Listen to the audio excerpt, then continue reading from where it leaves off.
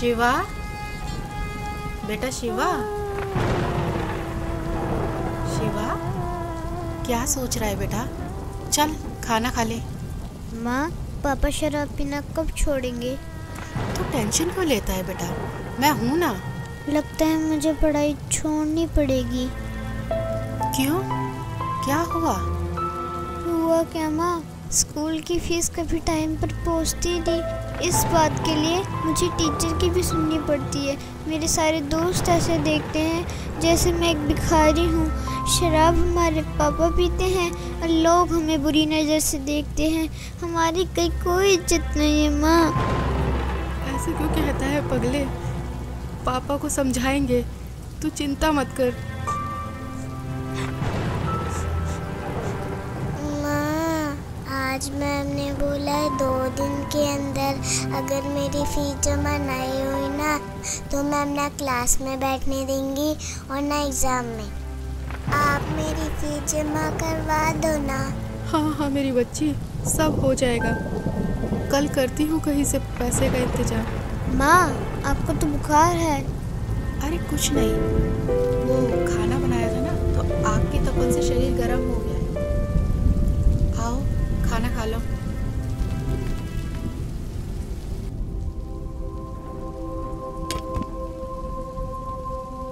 और हाँ, पढ़ाई छोड़ने के बारे में सोचना ही मत, समझे? वरना जिंदगी नर्क से बदतर हो जाएगी। करती हूँ तेरे पापा से बात। देख रहा है ना मुझे? अगर उस जमाने पे पढ़ाई पे ध्यान दिया होता तो आज तेरे पापा के साथ रहने के बजाय अलग कमा के खा रहे होते।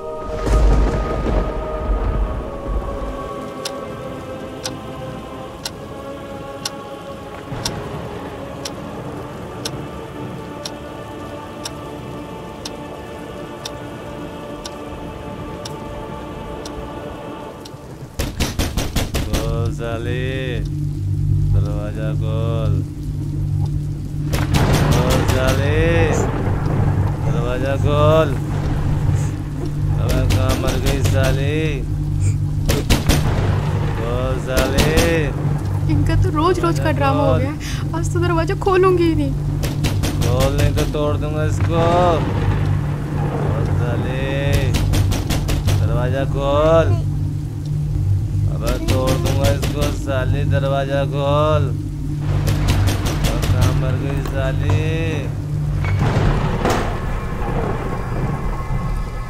तू करती क्या रहती है साली? इतनी देर लगती है दरवाजा खोलने में? बोल हरामजादी, क्या कर रही थी? देखो मेरी बात सुनो, आप रोज रोज पी कर आते हो, बच्चे भी डर जाते हैं। तू मुझे समझाएगी? अब मुझे तुझसे सीखना पड़ेगा कि घर कब आते हैं और कैसे पीते हैं। तू मुझे समझाएगी साली? तू मुझे सिखाएगी साली? तू मुझे समझाएगी साली? तू मुझे समझाएगी? मुझे समझाएगी?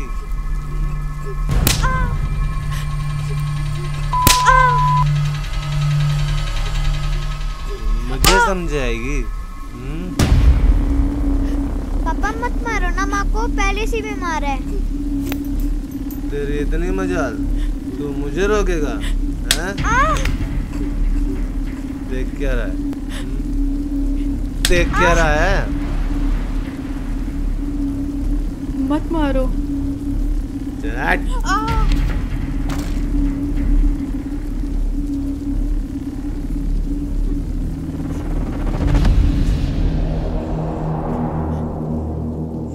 तू मुझे मारेगा साले? मैं भी देखता हूँ तेरी माँ ने तुझे कितना दूध पिलाया।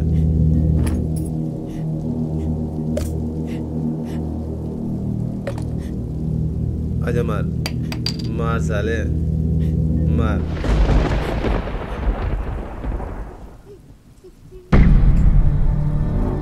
तुम सबको देख लूंगा मैं।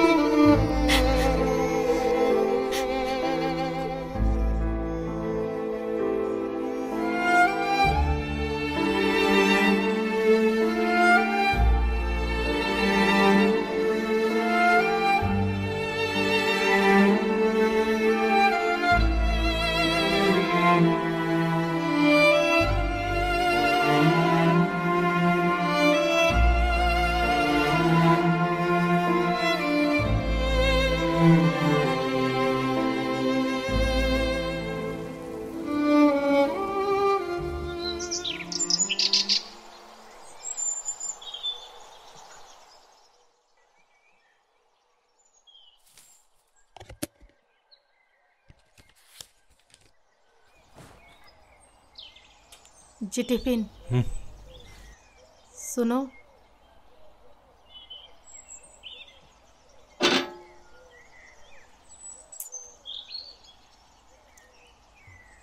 माँ, माँ, जल्दी चलो, मैं स्कूल के लिए लेट हो रही हूँ। हाँ हाँ मेरी बच्ची, बस 2 मिनट, मैं अभी तैयार होके आती हूँ।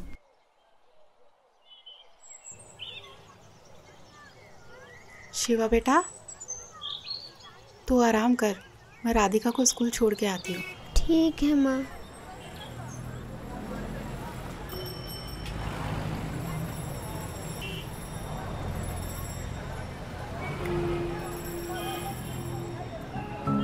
माँ, पापा कब सुधरेंगे? उन्होंने रात में भैया को बहुत मारा है ना।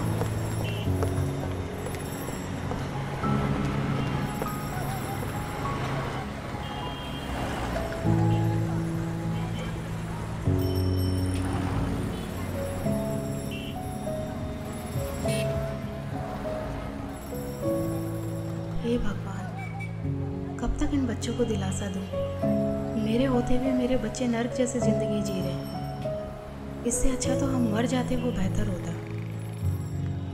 कम से कम रोज रोज की मार पिटाई और समाज में जलील होना तो बंद होगा।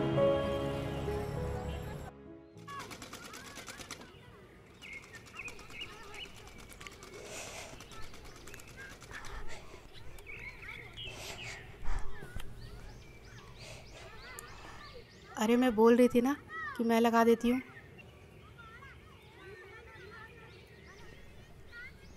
ला, मुझे दे। ठीक है।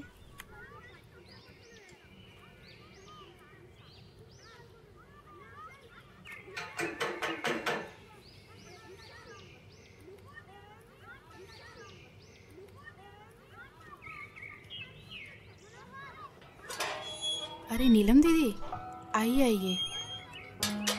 और पुष्पा बहन, ठीक हो आप? बस दीदी, कट ही रही है। अच्छा, सूट सिल दिया मेरा? बस दीदी, वो आप ही का सूट सिल रही थी। अरे शिवा बेटा स्कूल नहीं गए आज? आंटी वो अरे वो कुछ नहीं, इसकी तबीयत खराब थी ना, तो इसलिए आज इसकी छुट्टी करा दी। अच्छा अच्छा पुष्पा, कल भाई साहब फिर शराब पी के आए थे क्या? रात को अब सबके चिल्लाने की आवाजें हमारे घर तक जा रही थी। क्या करे दीदी, पिछले जन्मों में कुछ पाप किए हुए हैं तो वो इस जन्म में भोगने ही पड़ेंगे। नहीं पुष्पा बहन, ऐसा नहीं है।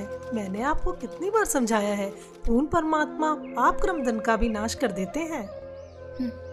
यहाँ तो पाप कर्म भोगते भोगते जिंदगी का ही नाश हो गया है, बस अब और नहीं। क्या मतलब? मतलब क्या है दीदी, इन्होंने सुधरना तो है नहीं, निकल जाऊंगी अपने बच्चों को लेकर, और क्या। कैसी बातें कर रही हो? ये तो समस्याओं का हल निकालने के बजाय उनसे दूर भागना हुआ। जब से इनके बिजनेस में घाटा हुआ है, इन्होंने तो घर का पूरा हुलिया ही बदल दिया है। रोज डेली शराब पी कर आते हैं और सारा गुस्सा हम पर उतारते हैं। हल निकालते निकालते मैं थक चुकी हूँ, बस अब और नहीं सह सकती। मेरे पास अब 2 ही रास्ते बचे हैं, या तो घर छोड़ के चले जाओ, नहीं तो फिर मैं आत्महत्या कर लूँ। नहीं पुष्पा, ये बिल्कुल गलत है, और आत्महत्या तो महापाप है।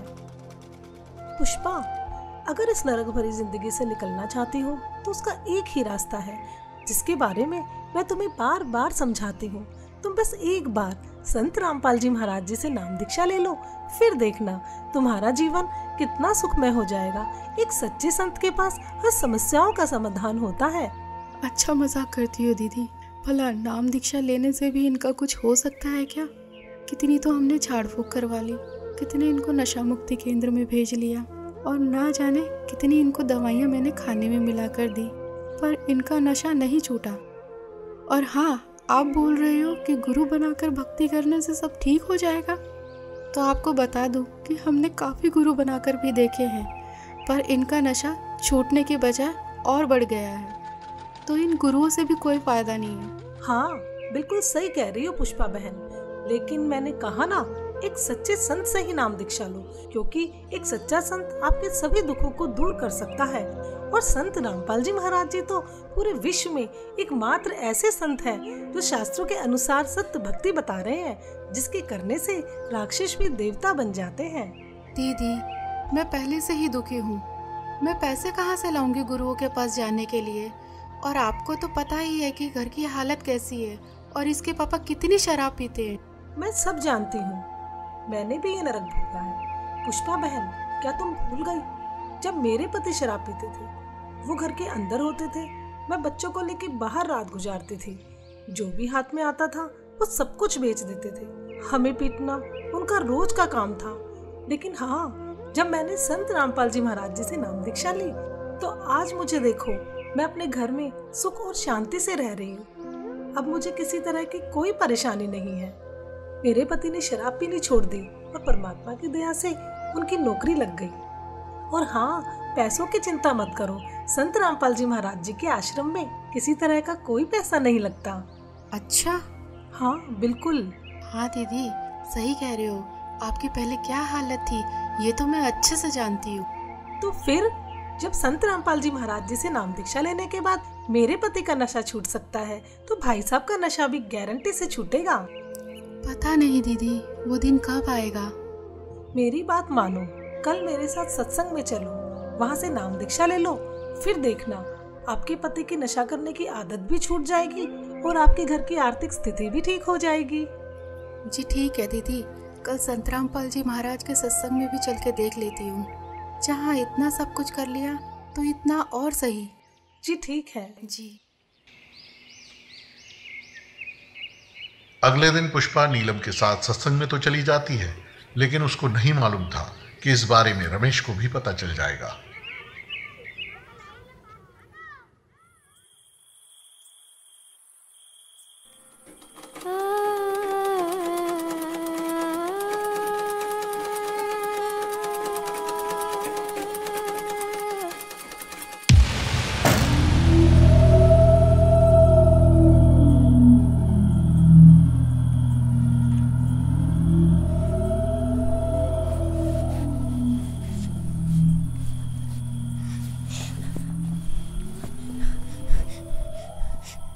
क्यों री, बहुत शौक चढ़ाते हो सत्संग में जाने का? मुझसे पूछे बगैर तेरी हिम्मत कैसे हुई घर से बाहर जाने की? हैं? कोई और जगह नहीं मिली पूरी दुनिया में? सत्संग में जाती है साली, सत्संग के बहाने कहाँ जाती है? आप जैसा शराबी कबाबी कभी नहीं समझ सकता सत्संग की कीमत को। दूर रहो मुझसे। अपना जीवन तो बर्बाद कर रखा है और हम भक्ति करें ये भी नहीं देखा जाता आपसे। मुझे पता है क्या होता है तेरे सत्संग में।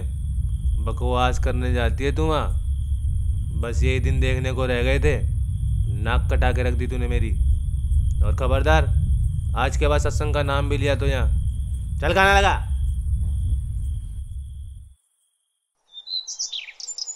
रमेश सत्संग को बहुत बुरी जगह मानता था, लेकिन कुछ दिन बाद जब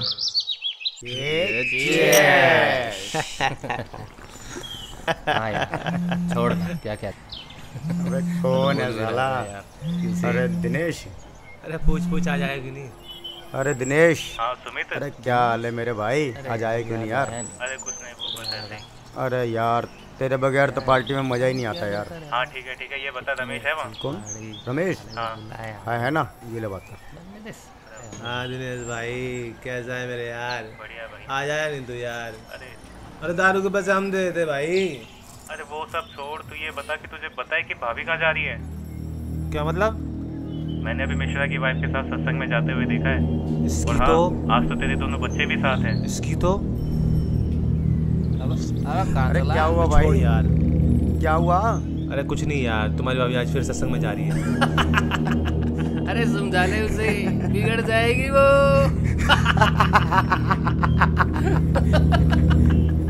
हाँ भाई छोड़ यार, आकर बात करता हूँ।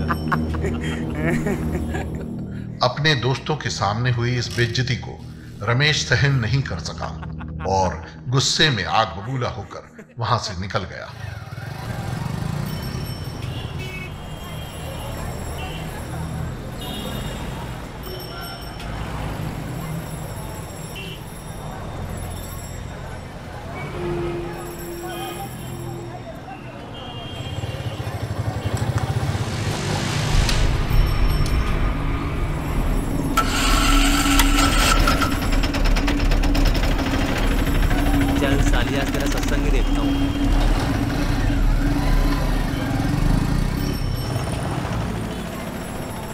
पुष्पा, बहुत अच्छा किया, इन बच्चों को भी ले आए। इन बच्चों को बचपन से ही परमात्मा की सही भक्ति का ज्ञान हो जाएगा।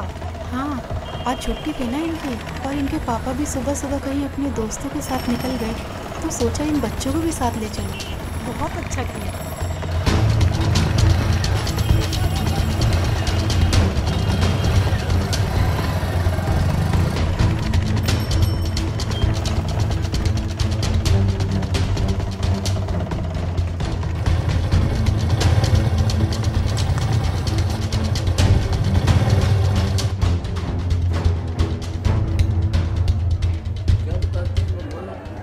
परमात्मा हमें याद दिलाते हैं।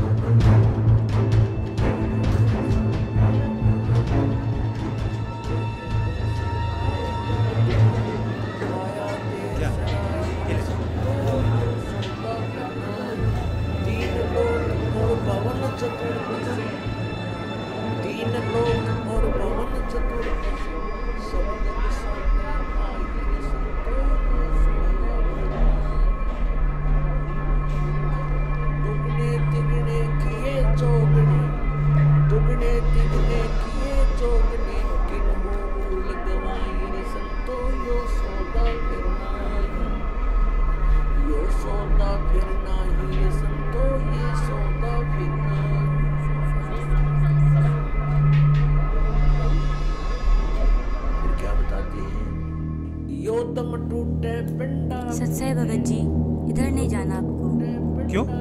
क्योंकि ये बहनों का पंडाल है, आप उधर बैठ के भाइयों वाले पंडाल में सत्संग सुन लीजिए। उस दरगाह में मार पड़ेगी, उस दरगाह में मार। आश्रम में सभी को सत्संग सुनते हुए देखकर रमेश भी उन्हीं के बीच शांति से बैठ जाता है। मदरा पीवे कड़वा पानी, 17 जन्म समान के जानी।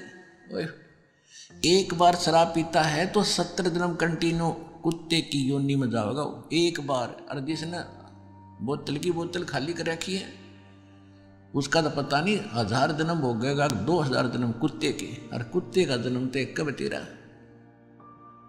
अब तो अफलातून पी के घुटी ला के शराब की और टिट्टी पाक जाए, और पत्नी रोवा खड़ी खड़ी कि ये रोटी खा ले ना मरेगा। वह थाली लेकर जाएगी, रोटी खा लो, और वो मारेगा ठोकर, दूर आ जा। वो पड़ेगी सारा दूर जाके पड़ेगा भोजन। और फिर उस दुष्ट आत्मा के साथ क्या होगा, कुत्ता बन के क्या खाएगा। जब तो ठोकर मारा था थालियों के, कुत्ता बनेगा। और फिर भूख लगेगी, सारी रात भौंकेगा, गली में पड़ेगा गर्मी सर्दी में। सुबह उठते ही कहाँ जाता है कुत्ता, रसोई में। मैं कहा उसने भोजन की, ऐसे ऐसे कर कर सीधा जाएगा जैसे कोई टोकनी है कोई नहीं, कि भूख लग रही डट्टा जाना। अब वहाँ रसोई में अब कौन पढ़ दे उसको, मूर्ख को। कोई देख लेगा घर का सदस्य, पहले उसको करेगा तो, पर वो कानों पर घटाड़ा करे, भूख लग रही जोर की, सीधा ही चल पड़ता है वो। फिर उठा कर लठ उसके कड़े में ठोकेगा कमर में, फिर ट्या ट्या ट्या करता जाएगा गली में। फिर कुछ देर के बाद कुछ भूल सी पड़ेगी डंडे की, फिर सोचेगा भूख तक वो अंदर है ही, फिर दूसरे मकान की तरफ चलेगा। वहाँ उसके भाग और दुर्भाग्य, उसने कोई टूक मिला या लठ मिला या जूत मिला। जब वहाँ भी उसकी सेवा लठ से होगी तो फिर वो प्रयत्न छोड़ देता उस दिन का।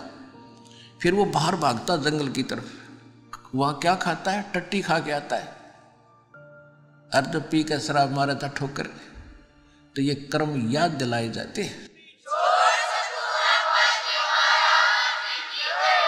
ये किसी डोम बाट के गीत नहीं भाई, भगवान की बताई हुई गाथा। और जिन महापुरुषों ने इसका लाभ उठाया वो आपके प्रत्यक्ष कर दिया, और दास ने इसका अनुभव हुआ, और आप भी पार हो गए। इस ज्ञान को जितना फैलाओगे आपको उतना ही पुण्य मिलेगा। ये सत्कर्म मान लेना। सभी आपके भाई बहन हैं, भटक रहे हैं, प्यार से समझाना, क्योंकि प्यार से मानेंगे एक बार तो सबको रिएक्शन होगा ही होगा, क्योंकि काल बैठा है। ये बानी सुना दो, उनको कोई चिप दे दो, वो सुनते रहेंगे, काल भाग जाएगा, फिर वो अपने आप यहाँ आएंगे। आपके भाई बहन विश्व के प्राणी सब एक परमात्मा के बच्चे, ये ध्यान रखना।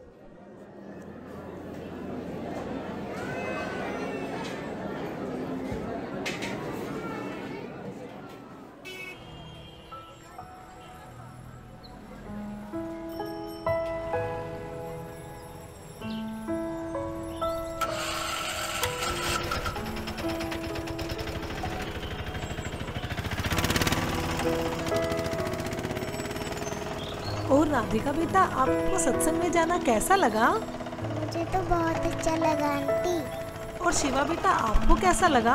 आंटी जी, सत्संग में जाना तो मुझे भी अच्छा लगा। अब डर है कि पापा पिटाई ना करे। बस दीदी, अब तो परमात्मा ही दया करेंगे।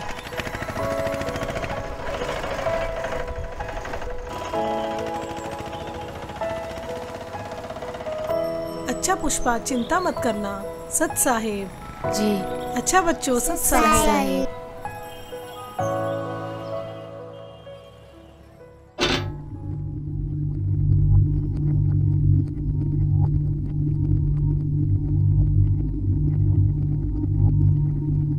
हाँ,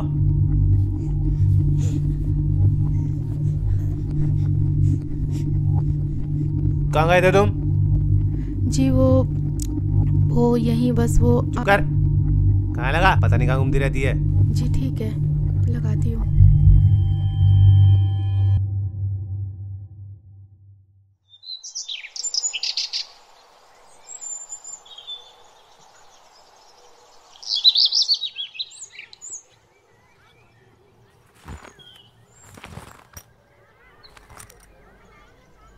चलता हूँ।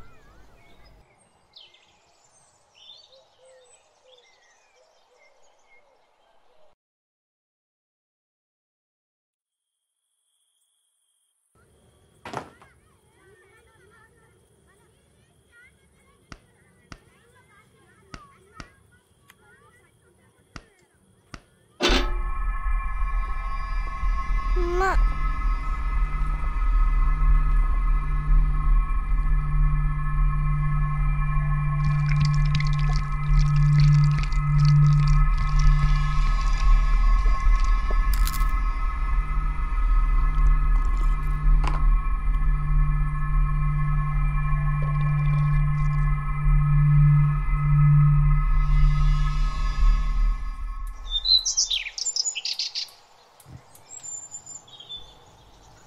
हाँ, टिफिन रेडी हुआ क्या? जी हाँ। क्या देख रही है?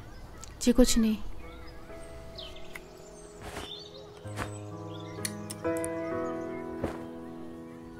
बच्चों की जमा कराई क्या?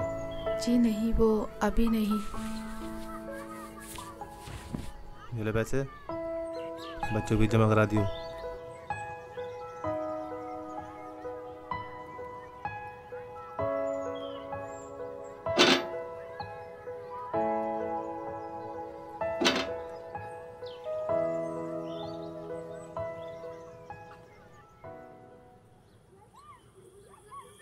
कुछ दिन से रमेश शाम को जल्दी घर आने लगता है, जिसे देख पुष्पा असमंजस में पड़ जाती है।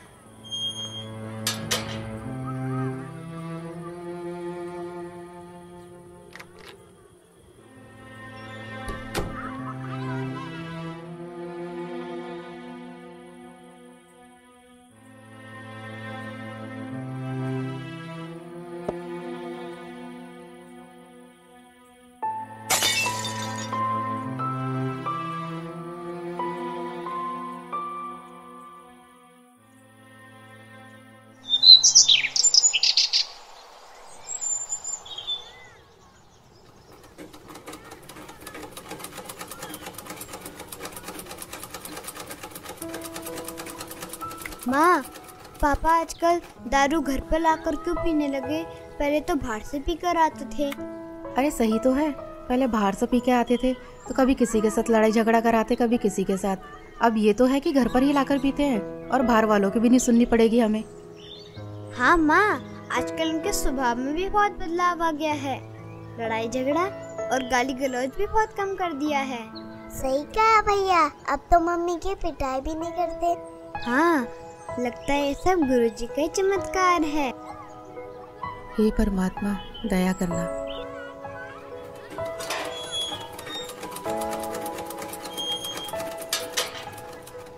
अरे नीलम दीदी, आइए आइए। और पुष्पा, कैसी हो? बस दीदी, मालिक की दया है। अच्छा पुष्पा, मैं ये बताने आई थी, कल सत्संग है आश्रम में, क्या आप चलोगे? नहीं दीदी, कल तो इनके पापा की छुट्टी है, तो नहीं हो पाएगा। कोई नहीं। हाँ, अगर पिछली बार की तरह इनका बाहर जाना हुआ तो चल पड़ेंगे। जी मालिक ही दया करेंगे। अच्छा बहन, चलती हूँ। सत साहेब। सत साहेब।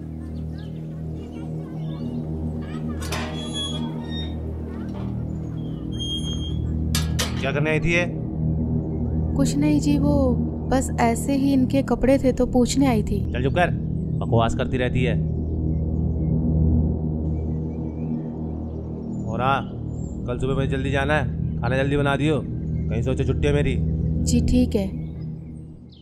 रमेश की इस बात को सुनकर पुष्पा खुश हो जाती है कि ये सुबह जल्दी निकल जाएंगे तो मैं सत्संग में जा पाऊंगी।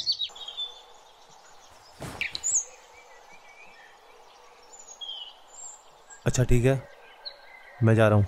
ठीक है जी।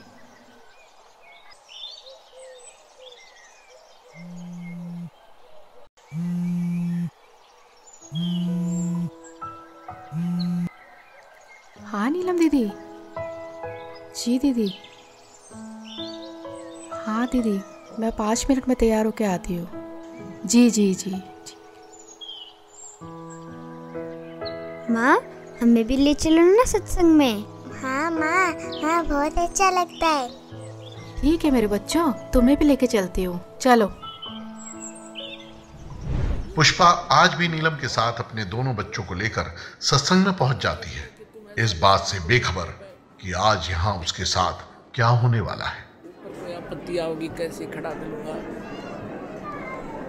और क्या बताना चाहा था, जो परमात्मा 18 लाख व्यक्तियों को और 3 दिन तक भोजन भंडारे, लड्डू, जलेबी, कचौड़ी, पकौड़ी और दोहर और असरफी दे सकता है एक झोपड़ी में बैठा व्यक्ति, वो समर्थ कितना है। और आपको क्या नहीं दे सकता, पूरे विश्व को खिला सकता, वो पूरे असंख्य ब्रह्मांडों को 1 सेकंड में सब कुछ भर दे, हरा भरा कर दे इस पृथ्वी को, और आपका घर भर दे पूरा। अगर विश्वास करोगे तो ये सत्कर मान लेना, उस समर्थ का सहारा आपको है। हाँ हाँ दीदी, बहुत अच्छा लगा। और मैं तो सोच रही थी, और हाँ दीदी, कल तो कमाल हो गया। मुझसे पूछ रहे थे कि बच्चों की फीस जमा करा दी, तो मैंने कहा नहीं, तो मेरे हाथ में पैसे रख के चले गए। अच्छा हाँ बहन, परमात्मा पर ऐसे ही विश्वास रखो, परमात्मा जो चाहे सो कर सकते हैं।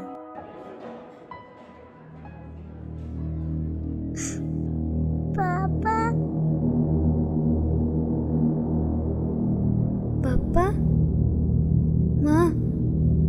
हाँ बेटा। पापा। अरे पुष्पा, जाओ। नहीं दीदी, मैं नहीं जा रही। जाओ जाओ। ठीक है, जाती हूँ।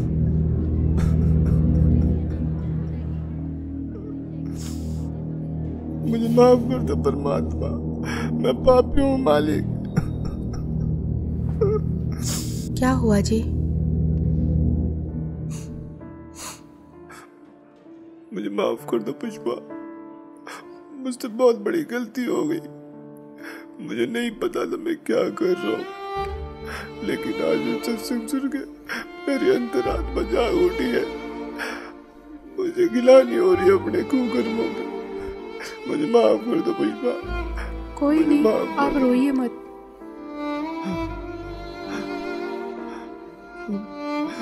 शिवा बेटा, मुझे माफ कर दे बेटा।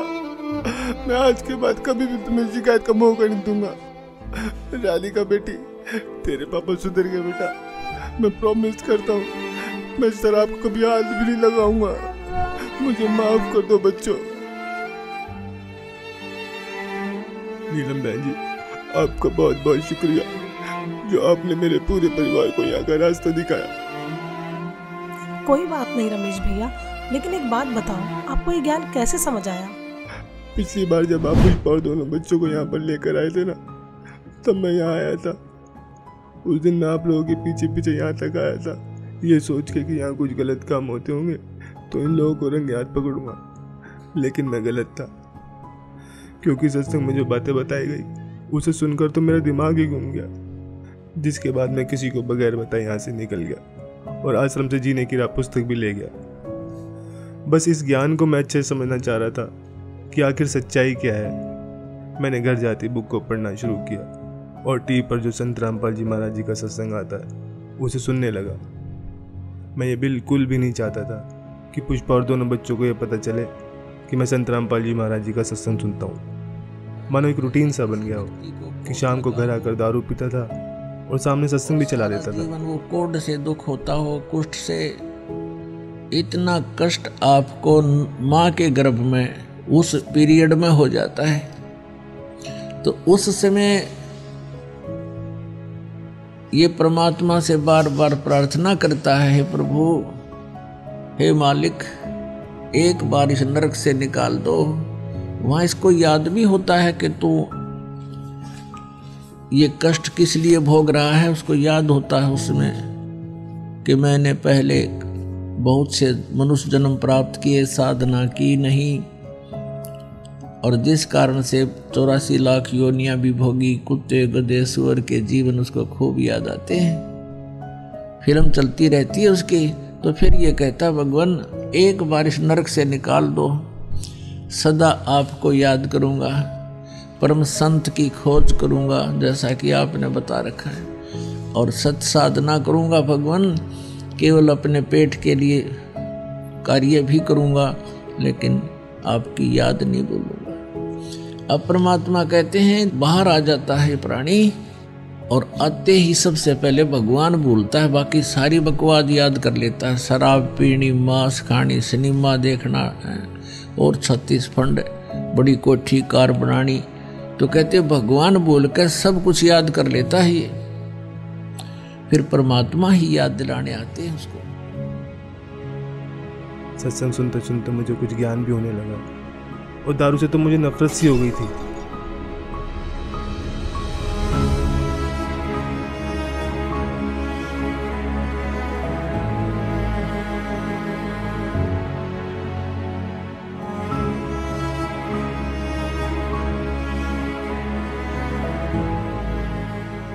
और फिर कल जब आप घर पर आए, पुष्पा से सत्संग में चलने के लिए पूछ रहे थे ना, तब मैंने आप दोनों की सारी बातें सुन ली थी। मैं बिल्कुल भी नहीं चाहता था कि पुष्पा और दोनों बच्चे मेरी वजह से सत्संग में ना जा पाए, इसलिए मैंने पुष्पा से झूठ बोला कि मुझे सुबह कहीं बाहर जाना है। फिर मेरे मन में भी आया कि क्यों ना मैं भी आज सत्संग में चलूं, तो आज मैं भी सत्संग में आ गया। संत रामपाल जी महाराज वाकई में पूर्ण संत हैं, जिन्होंने मेरे पूरे परिवार के साथ साथ मुझे भी यहाँ खींच लिया और मेरे अंदर के राक्षस को मारकर एक देवता बनने का रास्ता बताया। सुबह का भूला यदि शाम को घर आ जाए तो उसे भूला नहीं कहते, और अब आप संत रामपाल जी महाराज जी का ज्ञान समझ गए हो तो इससे बड़ी खुशी की बात और क्या होगी। जी, अब मुझे भी नाम दीक्षा दिला दीजिए, जिससे मेरे पाप कर्म कुछ हल्के हो सके। हाँ हाँ, क्यों नहीं भाई साहब, आइए। जी हाँ बच्चों, चलो। आज रमेश भी संत रामपाल जी महाराज जी से जुड़ जाता है और अगले ही दिन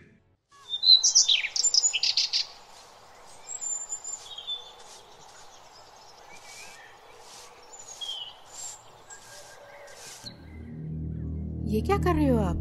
कल तो आप कह रहे थे कि आज के बाद शराब नहीं पीऊंगा।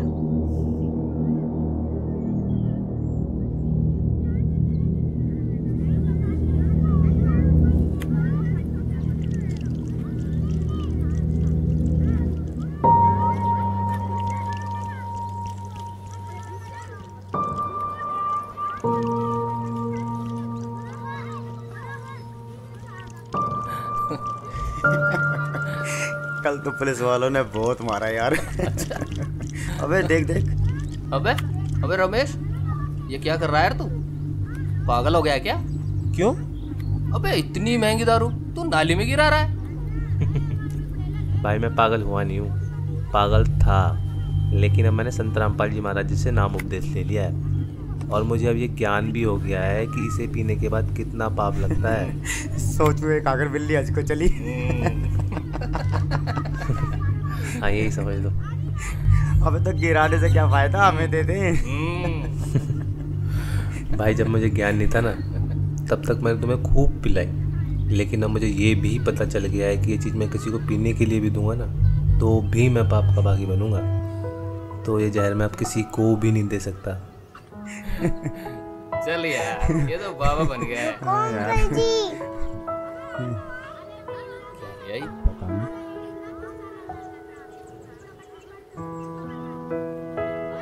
अरे ये क्या ले आई? ये हमारे गुरुजी संत रामपाल जी महाराज की पुस्तक। जीने की राह? हाँ अंकल जी, जीने की राह, जिसे पढ़ने के बाद लाखों लोगों ने भी नशा छोड़ा है। तो आप भी पढ़िए।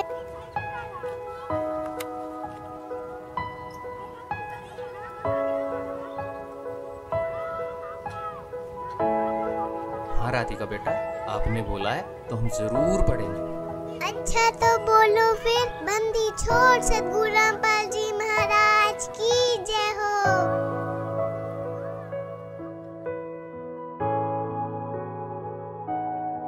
तो दोस्तों आपने देखा आखिर किस प्रकार रमेश का नशा छूट जाता है। संत रामपाल जी से जुड़कर लाखों लोगों ने अपना नशा छोड़ा है। संत रामपाल जी ही पूरे विश्व में एकमात्र ऐसे संत हैं जिनके लाखों फॉलोअर्स हैं, जिनमें से कोई भी नशे पते को हाथ तक नहीं लगाता। उनका मिशन है कि पूरे विश्व से नशे को खत्म कर सबको सत भक्ति मार्ग पर लगाना, ताकि आप और हम सभी मनुष्यधारी जीवों का यह मनुष्य जीवन सफल हो जाए। धन्यवाद।